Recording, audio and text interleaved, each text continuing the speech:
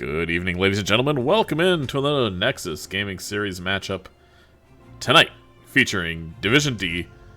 It's Phoenix Rising Amethyst against Habitual Line Steppers.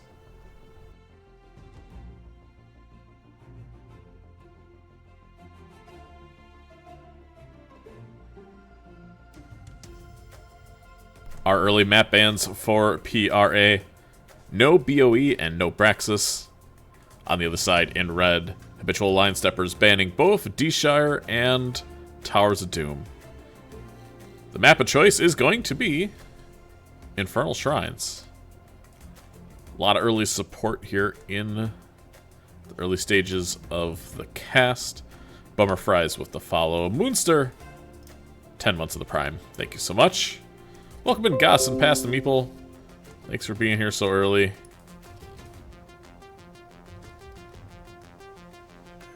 Looking forward to another excellent cast. We had a barn burner of a cast last night between Beat Gen and... oh, who was the other team? Oh, I should know better. Little Buff Boys. A 2-hour cast, went full 3 games, and each game was over 25 minutes long. It was a heck of a cast. Hoping for that to be the same situation tonight.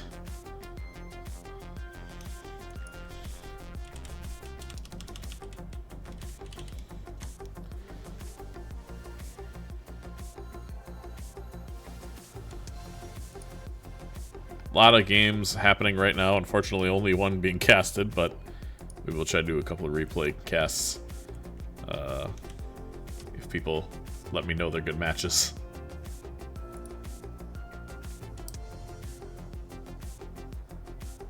Welcome in, Creamy.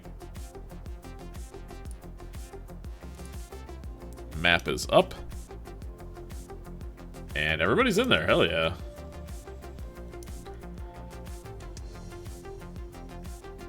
Good portrait synergy across the board from these teams.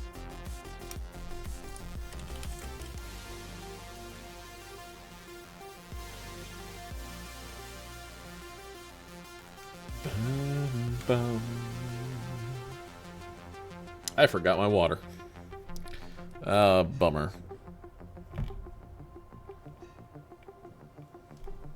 That's alright.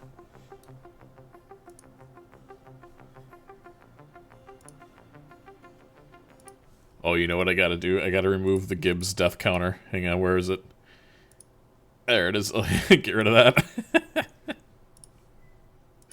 Not very applicative.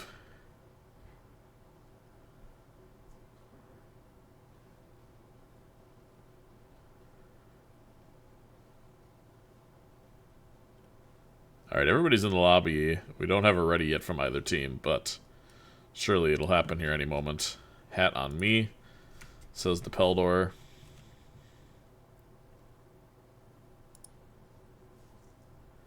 While we wait, I can work on uploading my files from last night.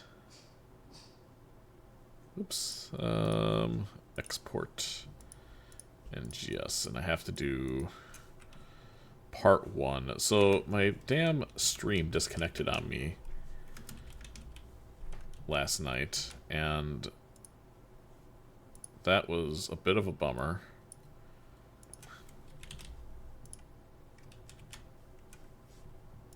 So it split up the cast, and I was very frustrated with it. And I don't have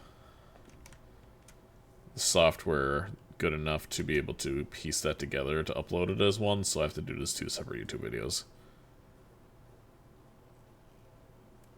Alright, we have an all clear from the HLS. I should get water. I'll get it between the next 2 games. While we're waiting for the next lobby, but looks like everybody's about ready to send it.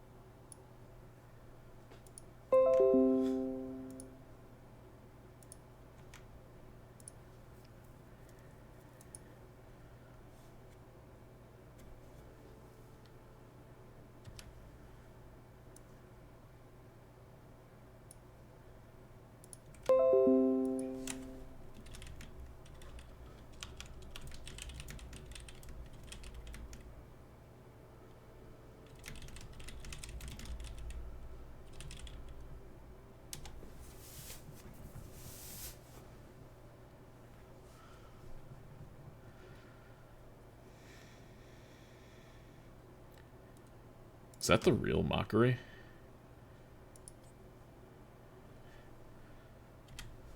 Yeah.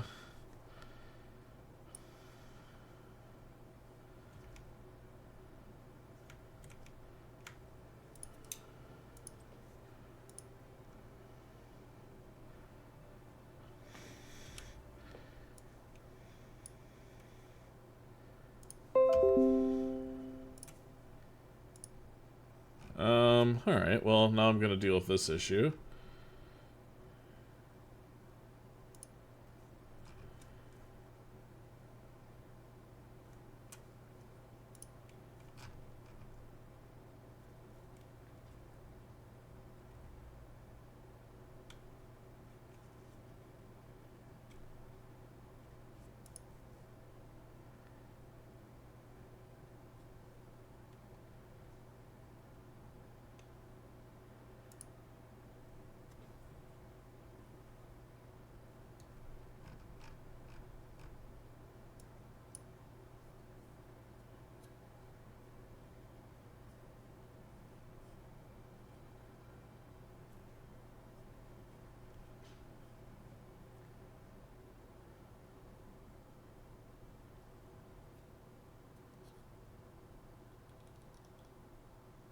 Okay. Sorry. Missing, dealing with something in NGS chat right now with somebody saying something rather unsavory. Hello, everybody. Harkin, real Vern here, Meeple. Yeah. Her butcher was switching it up from meat to potatoes. Nice. Alright, let's get into it. We're on Infernal Shrines.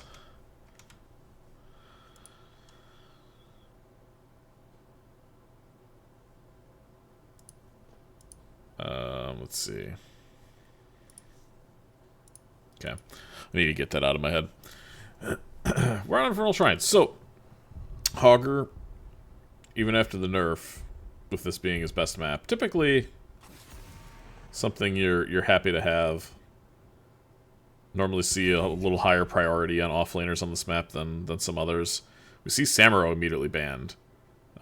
If you catch an HLS game from time to time, you're going to see a gentleman play some Samuro that's quite irritatingly good. So immediately the respect ban from PRA. Was it Mockery? Yeah, it was Mockery. He DM'd me and said it was a joke because of somebody that he has in San Francisco, but like, it's a bad look, especially when like PRA has mostly people from California. So, yeah, and it's just with the climate of everything right now, it's in bad taste.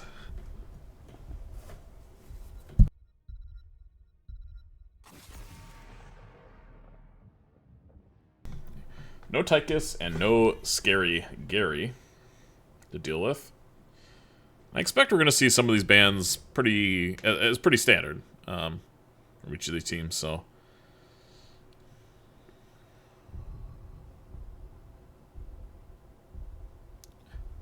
next up on the ban list for HLS, maybe just an Anduin, maybe a Stukov.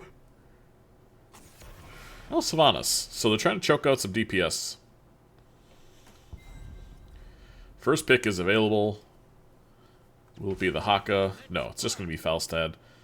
Still arguably one of the most broken DPS in the game right now is that Falstad. So, easy pickup there.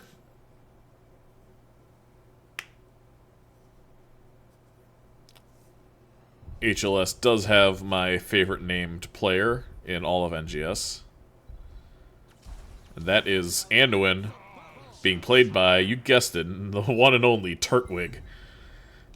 In Porthos snagging the Leo. Good old Turtwig.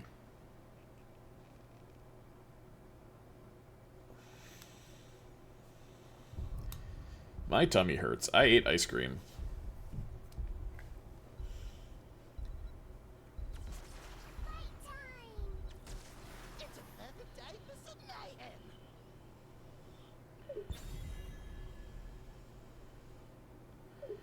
Junkrat. So both DPS snapped here already for the side of PRA.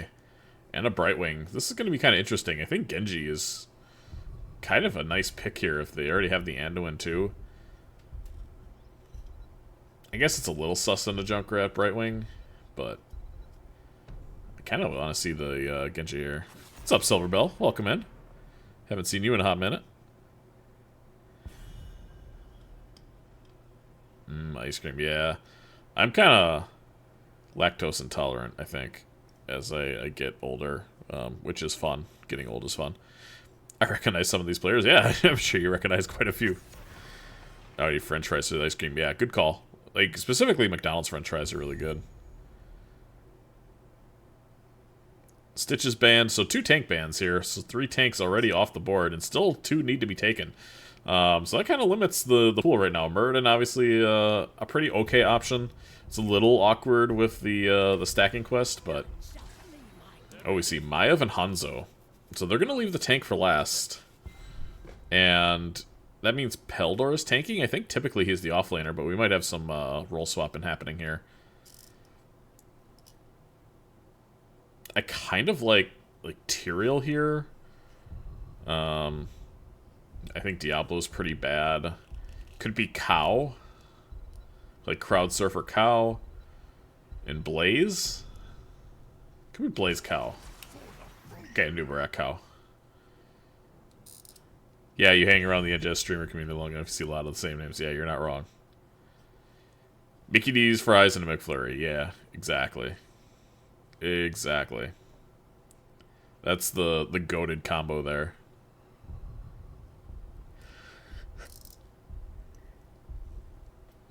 Hell, you see a lot of the same names now, even if you're playing Storm League. Like, you basically can't go anywhere from Bronze 5 to Masters without seeing somebody that plays an NGS in every single game. And we do have what is a main tank Maiev, I think?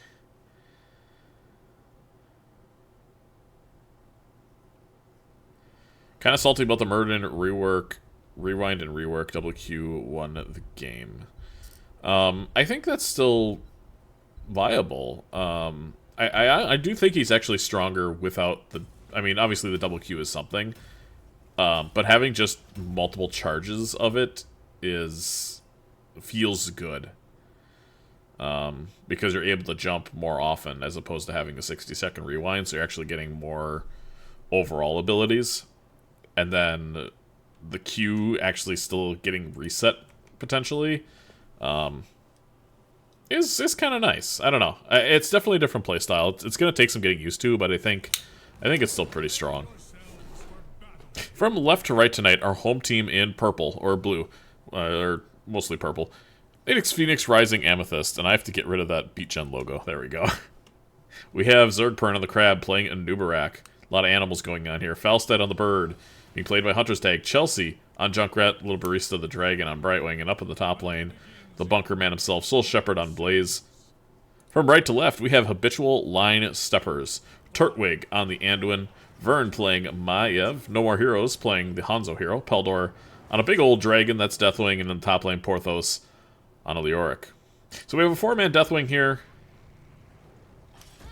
Give it a chance. Yeah, I mean, like I said, it's going to definitely take some getting used to, but I think it's in an okay spot.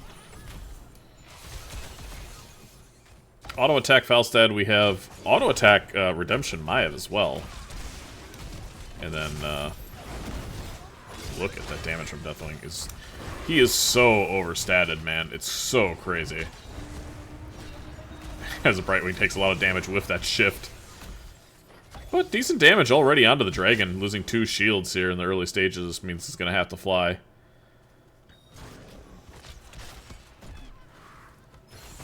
Chartreuse. Sorry.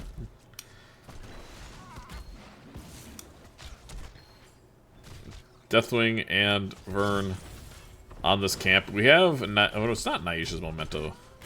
It's Vengeance, so combo build. Falstad catching a wave and Brightwing starting the camp all by them lone selves.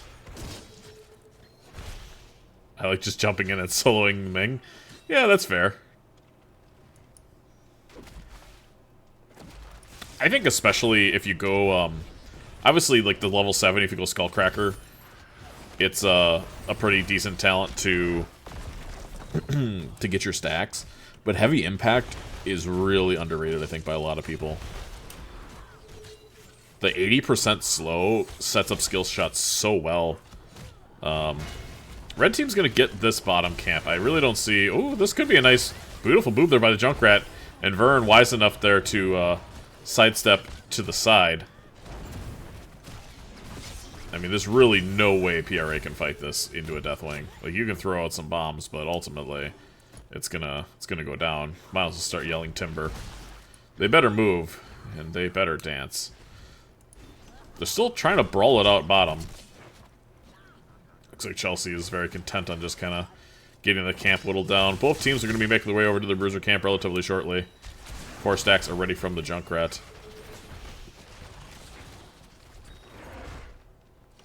And there's still 4 people sitting bottom here while the Blaze continues to double soak. And HLS, not super concerned about doing that top objective. Maybe because it is a top objective, they're not making their way over to the Bruiser, but they are quite late rotating that way with a wall being pushed here. Both Junkrat. The Junkrat saying, this is all your problem. I don't want to take any damage. Yeah, and now Red Team is going to be late to this objective, but they are a Deathwing comp pre-10, which is always going to be scary. So, nice wave crashing here. All 5 members are doing the Bruiser camp for HLS. And PRA is going to get a little bit of a head start on this objective.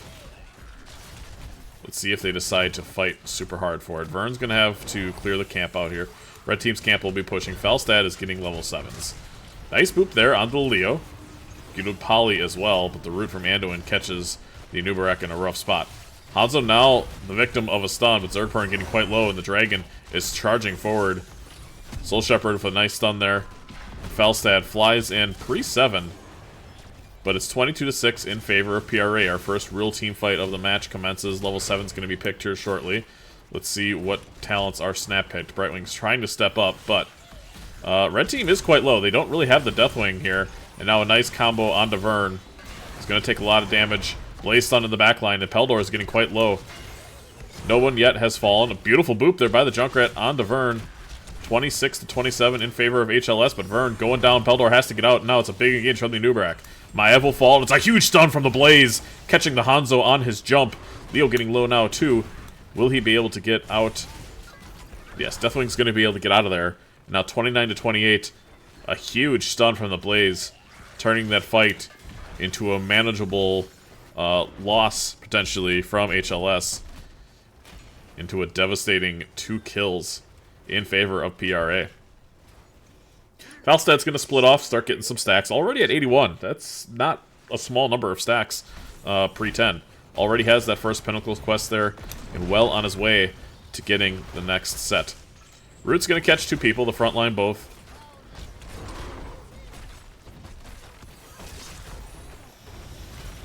Deathwing going to use all the energy, burning it into this Immortal. The Peldor has taken significant damage. The building will fall. Peldor, wow, I'm really surprised they didn't turn on that a little bit harder. Blaze is OP. Blaze is still a very good hero. I feel like you don't see him picked nearly as much, or at least I don't in the cast I've done. But a good Blaze still has a very, very strong impact on any game, and really any map. They look for a pick here onto Leo. The Poly came out just a little bit late, but that could have been a kill. Chelsea chasing him off with the bombs. As level 10s near near completion here. Deathwing still in the air, but now full health can land anywhere they need to, and likely will be landing bottom. If I'm Red Team, I think even down 10s, I want this fight. I know it's a little sus, yeah, but it looks like they might be able to get it. No, okay. So level 10's online. We do have Riptire, Gust, Cocoon, Bunker, and Blink Heal. Pretty standard choices. Chelsea puts a little bit of damage into the Deathwing here. Trying to get a boot potentially onto the Deathwing, which is not very effective. Probably going to do a good job clearing out this camp for them. Able to anchor a little bit bottom. It is Bellowing Roar, Warden's Cage, Light Bomb, Dragon Strike, and Entomb. So very much the wombo combo you could come to expect from these heroes. Peldor stepping forward. They may be looking to engage on this. Peldor decides to not go for this camp, and I'm really surprised to see this, actually. I think this would have been a relatively good fight for them. Falstad was mid as well, but he is only 13 stacks away from getting that second pinnacle checkpoint, if you will. Benchmark. Look at the damage there. Holy. Couple of autos already significantly chunk any of the DPS from the red team. But it's only been 2-0 in kills.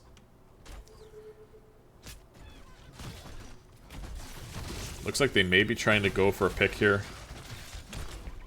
Boop not connecting this time around. PRA playing this very slow, very methodical, getting their camps, not taking any unnecessary fights, especially into a Deathwing. Peldor's going to jump in the air as he should. But Leo's got a lot of work to do in the top lane. He's got a full wave behind, and Peldor's actually going to land top and start this camp, which means PRA is going to get a lot of free play on the map. They're going to be able to push this bottom fort and maybe even take it because of all the support that has been sent top. And Blaze now seeing the Maiev mid, they can kind of figure the Leo's top and everybody else is on camp. This is a really free fort. A good macro decision here from PRA.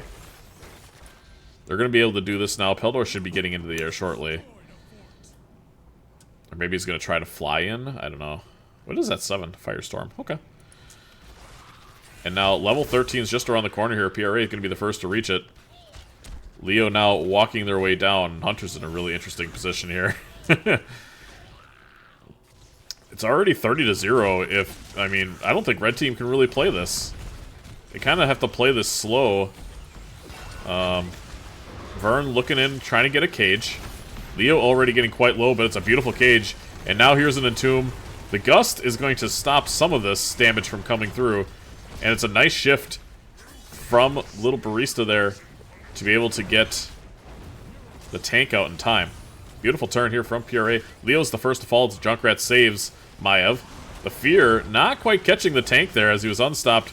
Going forward, Blaze uninterrupted, but only momentarily. Beautiful stun by Soul Shepherd onto the face of the Anduin. And Deathwing will fall as well to the Falstad. It's a 3-0 as PRA wins this objective and will be pushing down the bottom fort, or excuse me, the bottom walls here. And Maiev has to be very careful. This beautiful poly there, interrupting the jump from Maiev. I think that's what I saw. It looked like she tried to jump. And now another keep, or rather another building, is under siege.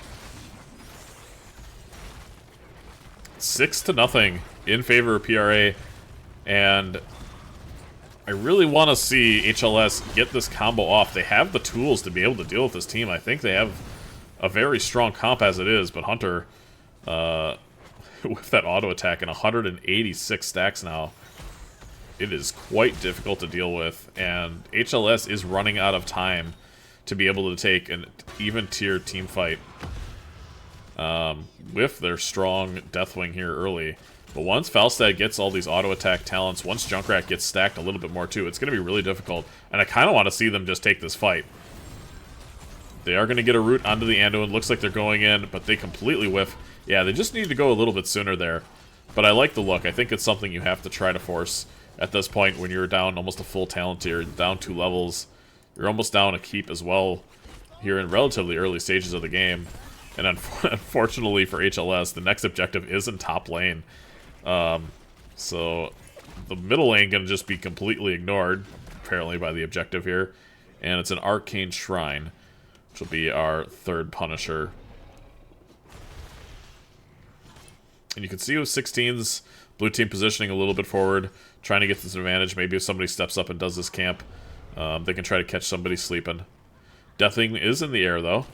And we see an engage immediately onto Vern. It's a nice pull there from the Anduin. Falstad continues to stack.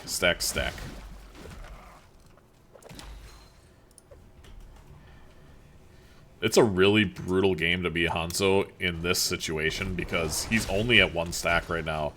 And to be able to try to stack while you have to fight for an objective is really, really difficult. You lose literally 50% of your damage by not having that quest done right now. So it's going to be very hard for him to kind of play right now. They look for an engage. And there is an Entomb. Little Barista going to immediately come in. They're going to need a cleanse a little bit early, but they get a lot of damage onto Vern. Everybody very nicely chilling into the bunker, and Porthos is going to be the target here. Still has the E talent available. Good stun by Blaze. Let's see if there's any more follow-up damage. Zergpern out of the cocoon and looking angry. It's a cocoon onto Anduin. The Leo will fall. And let's see if there's any more damage to follow this up. Deathwing coming in from behind. Beautiful poly. Beautiful stun. The boop backwards. Not even necessary this time. And the fear won't connect. Peldor does fly in. Getting chunked pretty well. Soul Shepherd with another stun. Is that going to be able enough to save him? It will. It's a good blink there from Barista. And PRA marching forward and taking yet another building and another decisive team fight. 9-0. Fully in the driver's seat.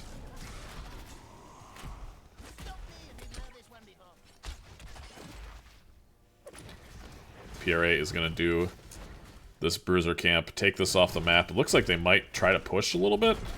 I think I like this just ever so slightly. Maybe just take the wall down and then go for an objective here.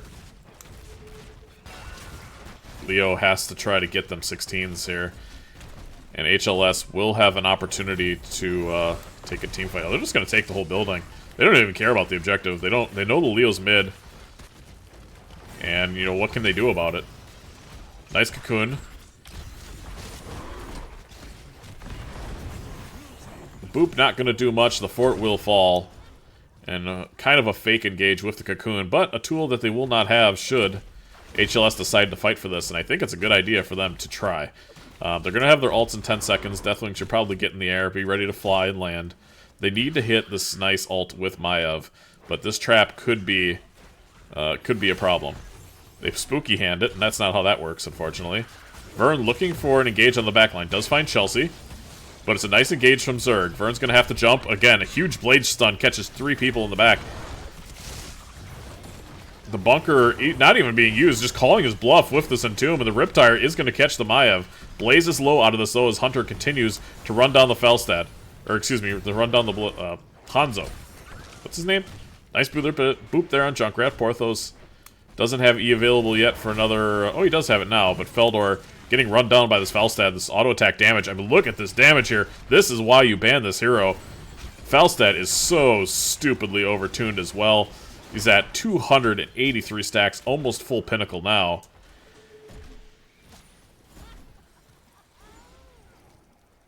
And with that, Brightwing is... what are they doing? They're going to try to end without the objective? I don't think they can end without this objective. This building is still up. It's very sus to do that. Turtwig, though, doing him himself. Looking for an engage on the Zergpern. They get the pull.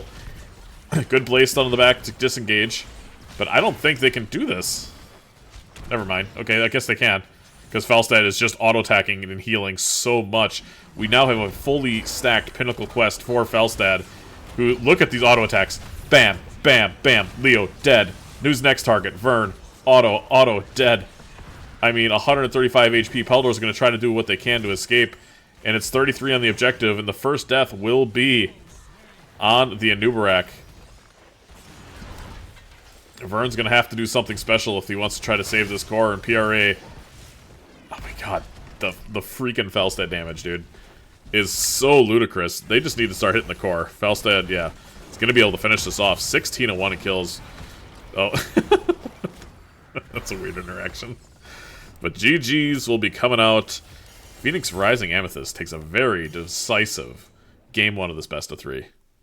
And no GG's, by the way.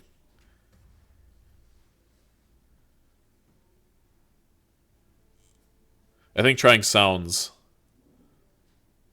like a good idea as well. Are you talking about what he's talking about in Thunderdome?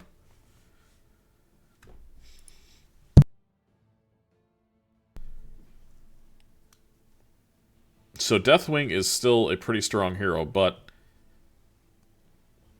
playing it into this Junkrat Falstad combo, both DPS for the side of PRA, really carrying the fights. I mean, both nearly 30k more DPS than the next person in the game. Excuse me, 20k more than the next person in the game. Portrait Synergy does win again.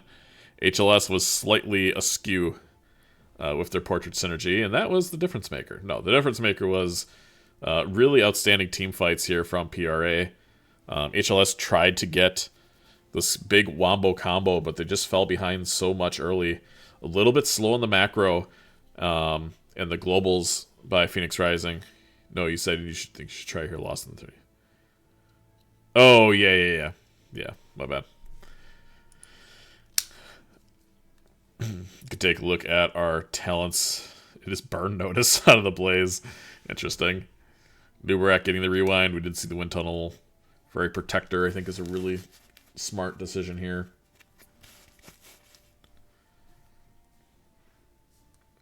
Alright, well, we will go back to our map selection screen. Give PRA their hard-earned point on the board. This was picked by red, won by blue. Battle of the Titans, PRA and Creed team. Is that already in the books? Do we have that scheduled for next week? Is that on the calendar? Let's see. I don't see any reason why I couldn't. Monday, March 30th at 9 o'clock. Okay. Let me see what I have going on. Okay, she's traveling. I think that will be fine. I have to make sure my game isn't being played that night. So I'll get back to you on that. But if there's a PRE game that I can potentially cast, I typically do. So it's a good chance if you're playing PRA that week that your game's going to get picked up. All right, we're going to Tomb of the Spider Queen for our second match. Second game, rather, of this match. I'm going to finish uploading this replay from last night, or I will not...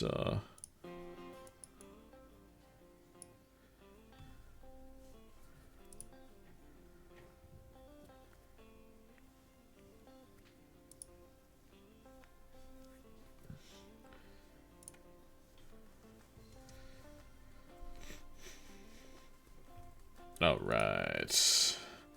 Get shareable link.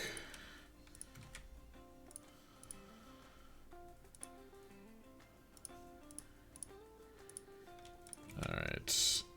Issues. Damn. Internet cut out for 1 second, and it made... Spell, please. Everything into 2 parts. Frowny face. Alright, those VODs are updated.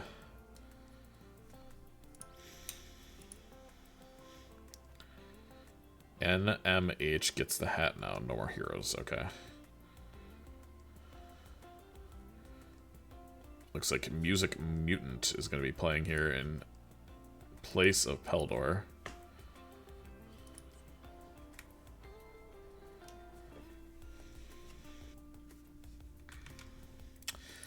I was going to say, let's take a look at where these teams are currently placed. We're in Div D. So Phoenix Rising Amethyst is the first place team right now. HLS is in 4th place. This division does have some pretty big gulfs in games won and lost. Compared to like Div A from last night. Heroic is pretty competitive. Div A is pretty competitive. B East is pretty competitive. B West, there's kind of a little bit of a runaway.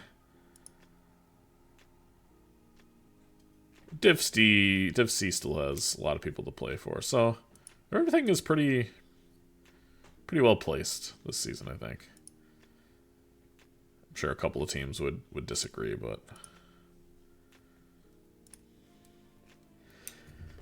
Alright. We got everybody in here.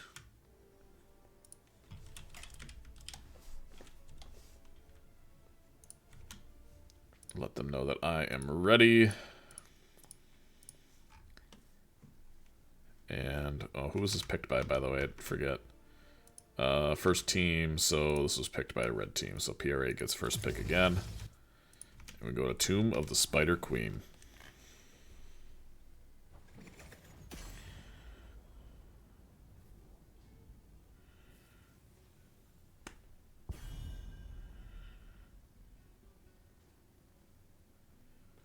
Let's go, Div C.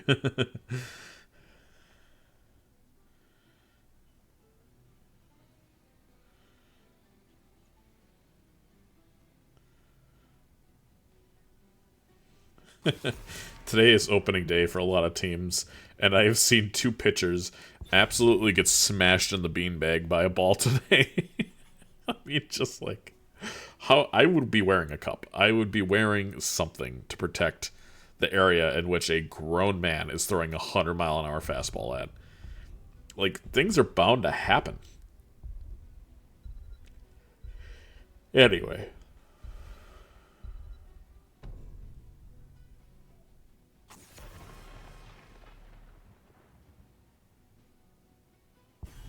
No Garrosh, no Sylvanas, so more of the same as far as the bans are concerned in the early stages of this Tomb game.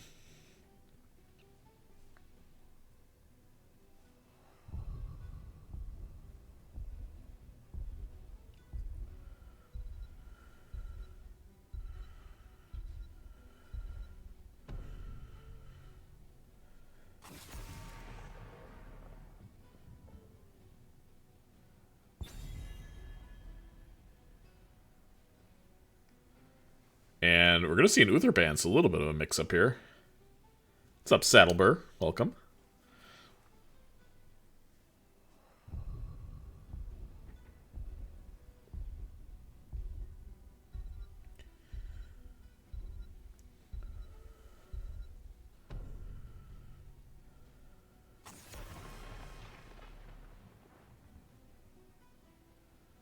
And Tychus bans. So, same bans for HLS. I think the cup just shatters at those speeds. Yeah, but like it's 2026, right? Like we have the technology. Might I suggest not 3D printing a cup and then getting something that's going to work? And make it out of steel. Make it out of something. They did not ban the Falstad, and so PRA gets first pick and gets to grab a Falstad yet again.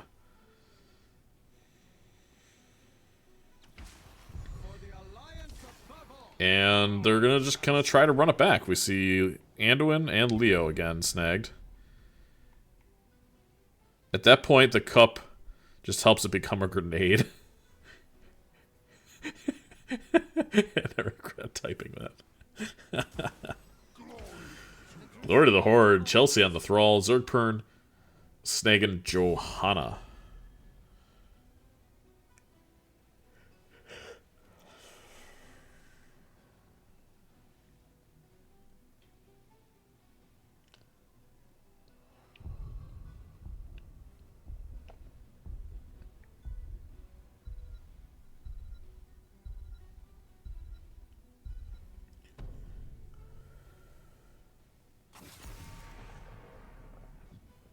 Brightwing going to be the ban for HLS. Still leaving Rhaegar available, though.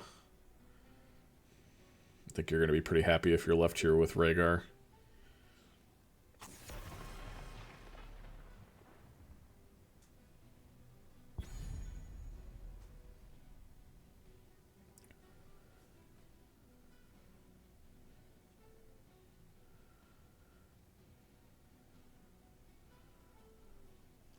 And no stitches.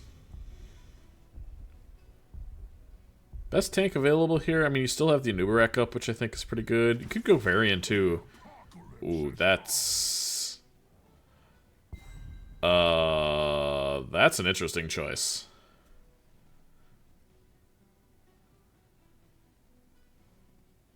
I mean, if they just go, like...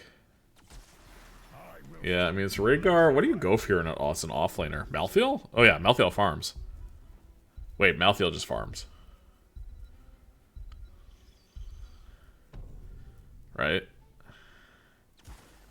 Yeah. I think Cho'Gall's gonna have a really bad time. And Anduin is not a particularly good healer for Cho'Gall. It's certainly no Ariel. I mean, even Brightwing isn't bad to heal him. With the percent healing and stuff. Well, Brightwing is meh. I don't know. Ancestral with Rhaegar's good. Alexstrasza's good. I think you need either Vala here or Greymane. Junkrat. I think Matthew should farm. It's also, this could be a very snowbally map, and Cho'Gall doesn't come online in 16. But you're going to hit 16 for sure, especially on this map, but are all your buildings alive at 16 at that point? We'll see if they can pull it off. I love Cho'Gall. I hope it works. I want to see a game 3. But I am very skeptical. I think they have a very much uphill battle to fight.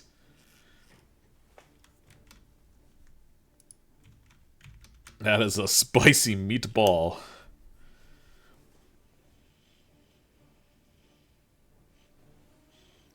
Morales is okay with Joe? Yeah, that's fair. Morales isn't bad. Especially if the armor, yeah. I could mess with some Morales. I don't know what full Amish means. From left to right, it is Phoenix Rising Amethyst, up 1-0. Soul Shepherd on Matthew. Oh, is that because of the Matthew? Because he's Amish? I don't know. Little Barista on Rhaegar. Hunter Stag on Felstead. Chelsea on Thrall, not joining with the shenanigans here. Zergprint on the Johanna. From right to left, we have Habitual Line Steppers, Music Mutant on Anduin. I always forget that this is a tower here. I feel like this is does absolutely nothing. It should be like here or here. Anyway, we have Vertwig on the Cho'Gall, and they're doing this strategy. Okay, so I gotta go through people. No more heroes on the Junkrat, and the bottom lane we have Porthos. So this is a strategy I've seen, and it's basically where you just run down the top lane as Cho'Gall, but I've seen it only really work with an Anna, and the Cho'Gall will just int on the buildings on cooldown. I don't remember if it was an NGS match or part of a scrim or something, and that's what they did. They literally they had a couple of good wave clears, like Junkrat Leo, and then they literally just ran into this building over and over, like reverse juice pirated it, until we lost the game. And we literally just had to watch the Cho'Gall for backdooring. If you nano boost a Cho'Gall on a core, it's like having Deathwing's quest completed with the upgrade at 20. It is ludicrous damage. PRA late to the camp. There's Music Mutant and No More Heroes gonna be snagging this Bruiser camp out. Matthew, now gonna have some extracurriculars here with the Junkrat. He's gonna have to give this. And it's a relatively free clear here for the side of PRA.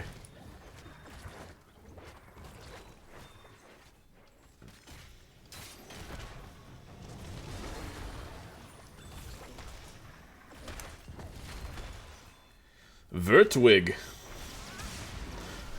Somehow they made Turtwig even better.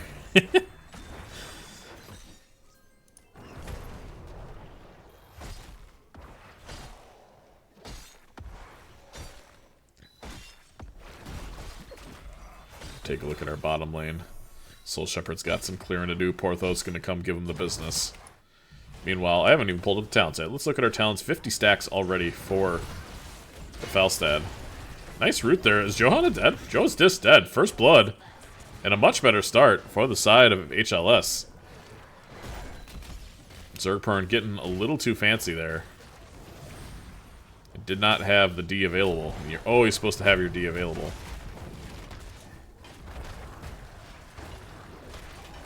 Don't forget, chat. If your D's not available, what are you even doing?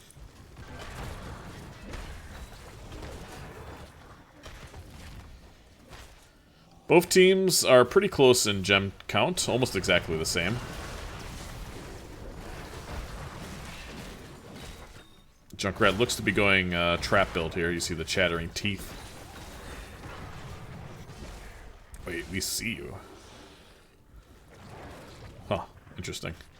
I guess just to, like, look at rotations? Joe's gonna be on eyeball duty most of the game. Leo does have turn available here. He's got 16 he's gonna turn in. Matthew had to back for health and mana.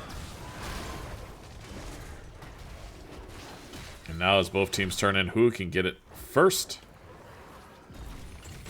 Chattering Teeth gonna stop any sort of rotation here. As Johanna immediately eats the trap with the unstop. Going F you, that's why. Quick, someone give Joe a D. Joe doesn't strike me as a person that would want a D. Mutant still has pull available here. We'll make sure we always have that up so we can track that cooldown. Soul Shepherd comes top. Maybe looking to try to support the team to get a turn in here. Unstop being used yet again to kind of avoid Junkrat traps. Might get burned with that later on. Porthos, though, now checking a bush. So much damage immediately. The auto attacks from Falstad already at 90 stacks is going to be a problem. You're going to see this Cho'Gall melt at 13. Zergpern does get 9 in. HLS going to try to get their turn in as well. Trap being eaten. Finds a nice route there for Music Mutant. Rhaegar biting into the trap. Pretty bold strategy, Cotton, but it seems to be paying off for him. It's a nice Junkrat boop. Now Chelsea's rooted in the backline. No More Heroes punching Zergpern in the face with a bunch of grenades. And the red web weavers will be descending thanks to Leo in the bottom lane. And Soul Shepherd is AFK. Oh, he woke up. Welcome back, Soul Shepherd. D available.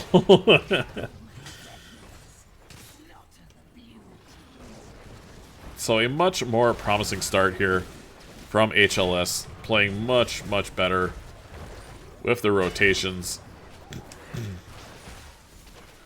Getting first blood in this game as well. Now the Web Weavers are going to get cleared up relatively quickly here. They're going to get a couple of walls. Soul Shepherd may be looking to get a kill here. Looks like he might have this. Oh, he did hit the W, though, for Porthos. That was huge. That did actually save him.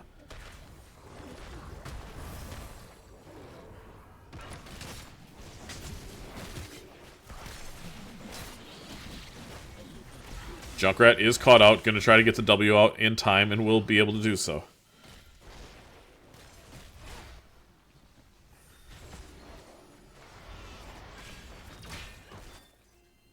Both teams just about level 10. PRA going to hit their stride first. We do see Blue Thrall with Ancestral Wrath, speaking of more percent damage. 15% of their maximum health on a Cho'Gall is a significant heal. It's Ancestral, Gust, Shield. I'm assuming this is going to be Sundering and Last Rites. I wouldn't even hate to see if it's Tormented Souls, as the Blue Web Weavers are descending. Junkrat is caught out now. It's a good route, and this is going to be the end for No More Heroes, but it's a 1-for-1 is in the bottom lane. Couple ults used as well. We saw the Twisting Nether and Light Bomb able to finish off the Matthew in the bottom lane. And now Porthos is going to have a very free clear hit in the bottom lane. We also have Upheaval Riptire. Matthew's still deciding whether or not he wants to wait till level 13 to take his level 10.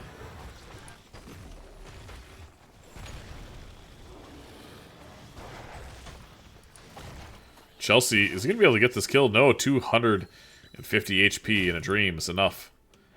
As Falstad gets the second tick of his Pinnacle, he's going to become more and more of a problem. Unstoppable used here. It's a nice sidestep as well. But a good look there from the Cho'Gall.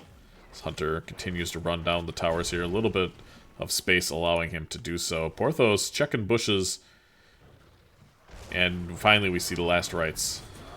They're looking for an engage onto this Cho'Gall, and he is caught out. We have a shield immediately used, but it's a nice pull there from the Anduin.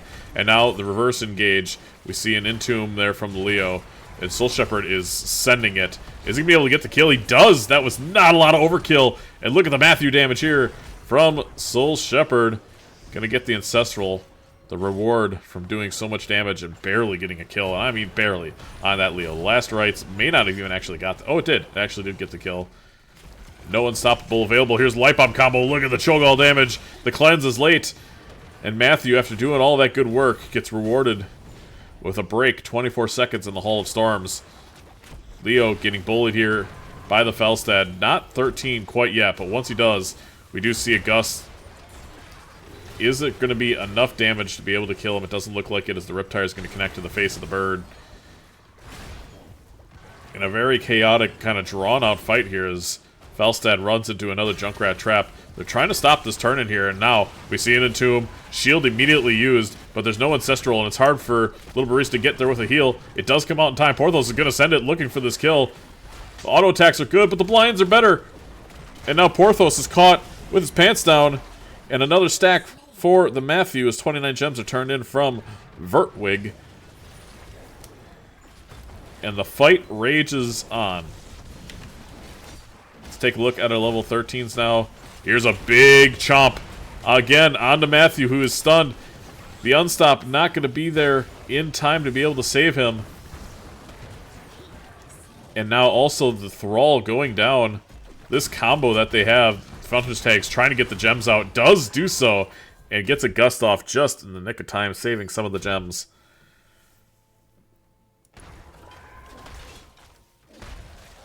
The most irritating thing about Cho'Gall is how slippery he is. He is a very slippy boy. The PRA does have a turn-in should they decide to send it.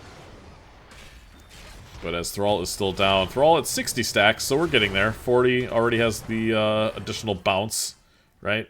Doesn't have the Mythic Quest done yet. Red team also now has turn. It looks like they're going to be able to get it there in time. They're going to need the 16 here from Nora Heroes, and he will be able to do that. And Red Webweavers will be descending. Little Barista with no mana has to go back. And with no healer here, they have to be careful of an Entomb. HLS looking to tie this match up. See how many buildings they can get here with this objective. Vertwig looking for potentially another, you know, molten, or not molten block, but upheaval Twisted Nether combo with the Light Bomb has been really, really difficult for the blue team to deal with. I suspect they're just going to start gusting it, but they've been a really good job. They've done a really good job, the red team that has, of isolating targets. And yeah, it looks like we're going to see something here, potentially. Okay, no. Man, when Cho'Gall punches a wall, it looks like he really means it. He is really mad at that wall. It is over, and no force will fall. Yesterday, I had a 27-minute cast of just Tomb of the Spider Queen. Nice unstop there. That was the cleanse, I believe, from Rhaegar. So Matthew still has that available if needed. Upheaval only going to catch the Johanna. And it's a nice Sunder to disengage. Unstop being used as well. But everything right now has missed from HLS, and Hunter with the damage. Look at it coming out. The Molten Block does stop the last rights from getting value, and the Ancestral is late. Now the Riptire might get enough damage out to get a kill, not quite. And Tomb no longer available as well.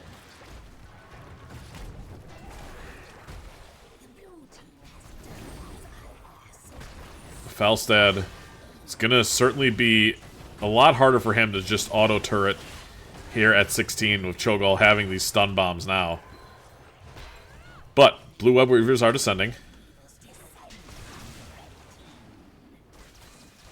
Falstad at 240 stacks almost needs the Pinnacle quest here to be done. And Thrall at 85 stacks as well, so he's doing a really nice job stacking this blue quest.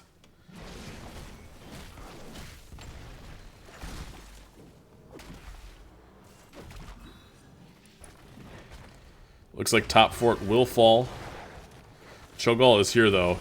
And here we see an upheaval. It's going to miss, though. Light Bomb also not going to connect this time around. They tried to raw dog the Light Bomb with the shove engage, rather. but it didn't connect this time, and now several forts are going down. Shield not going to quite connect.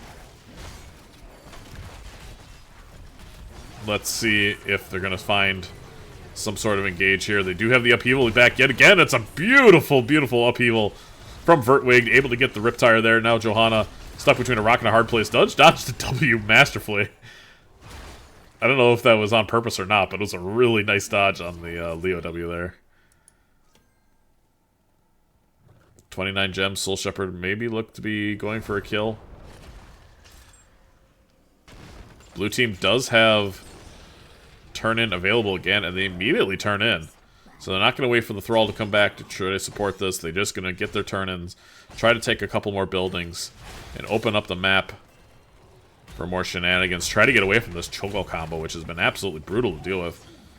The upheaval, it's a very short cooldown timer. Only 40 seconds to have that ult. Now Soul Shepherd caught between a rock and a hard place here. Unstop used maybe a little bit too early. A little Barista going to get caught in this, and the Junkrat Trap's going to provide a lot of CC. And the Bear, oh my gosh, actually does get the Ancestral out.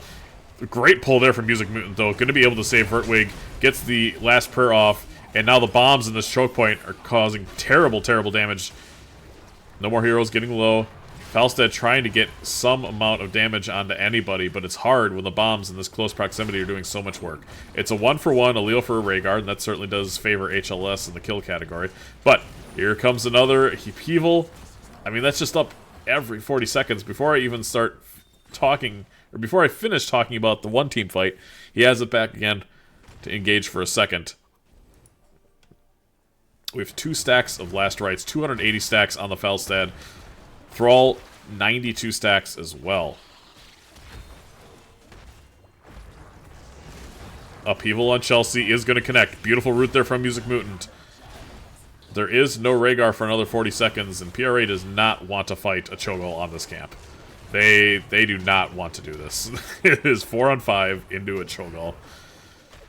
This is the biggest power spike for HLS. And they are 30 gems away from getting their next turn in here. And I think we've kind of strapped ourselves in for another post-20 late-game Tomb of the Spider Queen map.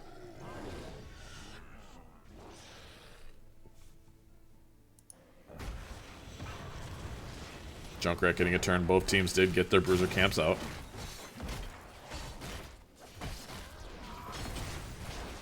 I expect to see HLS try to force this a little bit.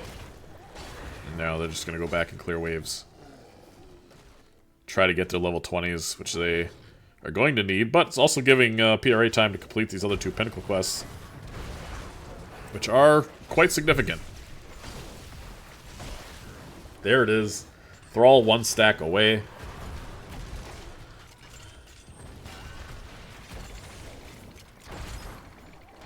And there you go. Thrall is going to complete that quest as well. So both Pinnacles done.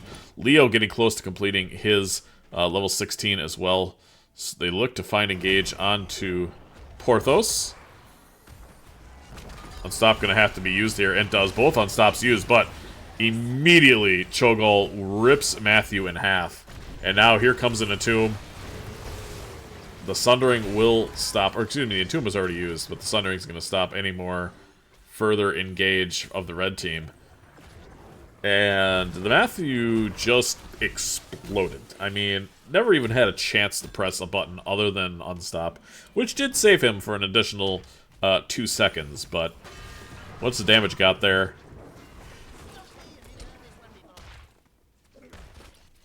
didn't feel particularly good to be in that Entomb.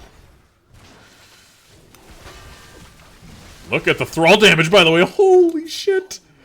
If you're wondering if the Pinnacle quests are good, you might not see any better explanation than that. Look at this. This could be a really big shield if they decide to go for it. You can kind of see they want it.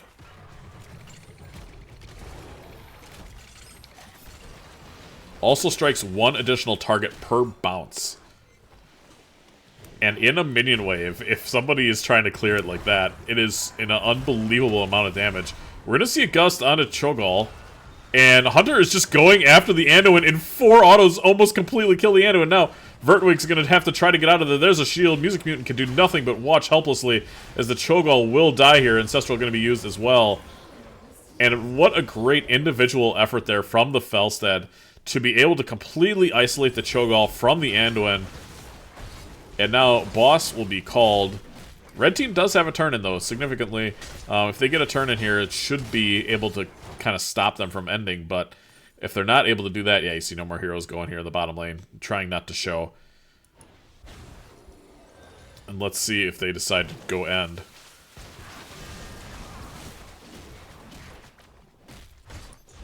Zergpern is here to be able to stop the stop the Junkrat from clearing. Is he? Can you just solo this? Who wins this fight? They are running after him right now. They're going to have shield available soon. And they did end up catching the Junkrat. Look at the Q damage, though. It's enough. The Q damage of Chelsea's Lightning. Look, I mean, that's just such a cool-looking mechanic there as the Entomb misses. And it's not... Oh, it is Silence Entomb, excuse me. It is Buried Alive. Ogre's Rage. Huh. Felstead's dead, right? Felstead does have E available. And he trades places with Johanna. The boss, though, I mean, I don't... They got the keep, but they're not able to end with the boss. It's going to do a little bit of core damage here. 8%. 11, okay. 14%. Blue team almost has their turn in there, and that surely should be an end angle if they're able to get those all in. And they do have exactly turn in now. And I think red team has to kind of int for this. I think they just have to go without the Junkrat. You can see Porthos trying to step up. Chelsea might be able to catch them there. And the Eye of Kilrog absolutely trolling Porthos, by the way. Being able to jump back and forth.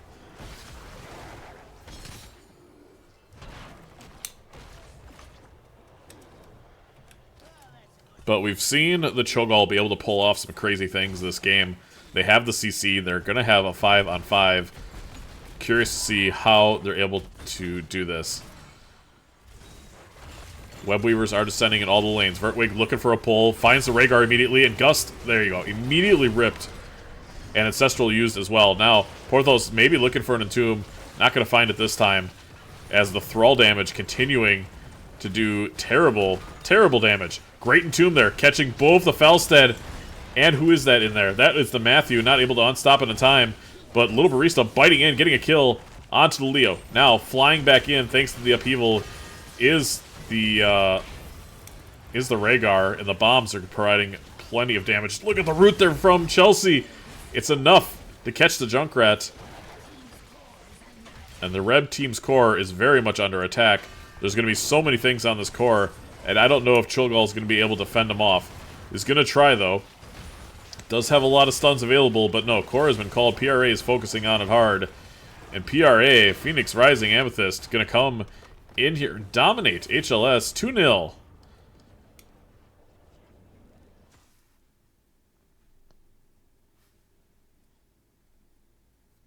Dustin Broder reference identified. I have no idea what I said or who Dustin Broder is. But cool. Leading the way to the damage, unsurprisingly, is Gaul, Turtwig, my hero, with the top damage for their team. The Felstead, did he die all night? I don't even know.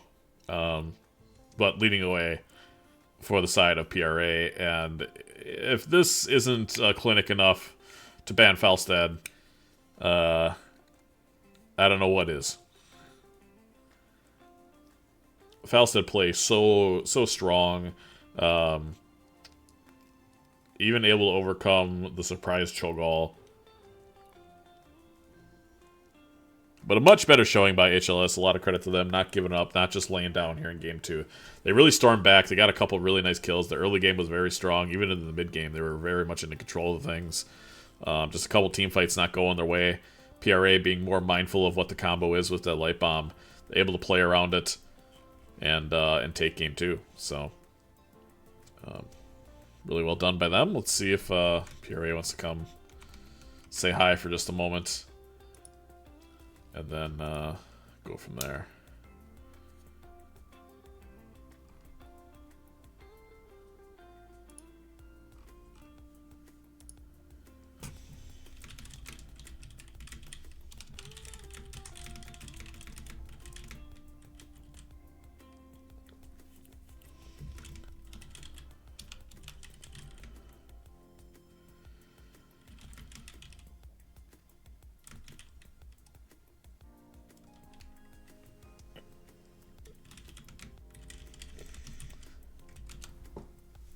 Terrible, terrible damage. Oh, the lead designer of SC2. A game director. Yeah, that was part of the reference. Okay, I didn't realize what the name was. Hey guys, congratulations. Hey, thanks. What up? You guys played pretty okay Thank tonight. We'll take it. you. I'm just updating my soothsayer here to reflect this. So first pick. I gotta turn off my music. I'm super not prepared. All right, game one. We were on Infernal Shrines. First pick the Falstad in both games. And I think I said it a couple times. If nobody's aware of how strong Falstad is, I think if they watch this match, they should be well versed now at why that hero is so broken. Both times completing the Pinnacle quest, so hats off to you, Hunter, for that. Yeah. And I mean, it really there's not much to talk about in game one. I think you guys finished 20-0. I'm sure you'll have to talk to Zerg a little bit about that one death at the end, but The one death, yeah. No comment. yeah, that's fair. I think just overall it was just a really solid game. But game two, we got a little bit more to talk about. Were you guys expecting the Cho'Gall at all? We talked about I did, yeah, I did mention it. We thought with the Tychus ban, I was like, they're probably not going to do Deathwing again, but Cho'Gall is something they like to run, so they might pull it out. And then they did. Yeah, and they kind of drafted pretty well for it too, because they banned the Tychus in game one, which is something that I wouldn't say it's like an always pick for you guys, but probably a comfort pick. And then banning it game two, they're not expecting to see the Cho'Gall, and although Tychus isn't necessarily the best Cho'Gall defense, I was surprised to see it with the Anduin. I was surprised to see that specifically with the healer. And you guys very quickly figured out what the combo was after the first couple of times in dealing with that. Soul Shepherd, you got kind of blown the hell up a few times. The one bottom 6 to be in fact.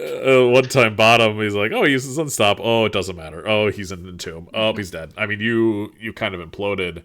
Was there some discussion post 10 as to how we're going to deal with that combination of nonsense? Basically just spread. Yeah. Don't stand next to each other. Red and percentage. Yeah, we talked about we would just play front to back, especially once we got percent damage on 3 heroes. So Yeah. just avoid the big wombo combo and play percent damage.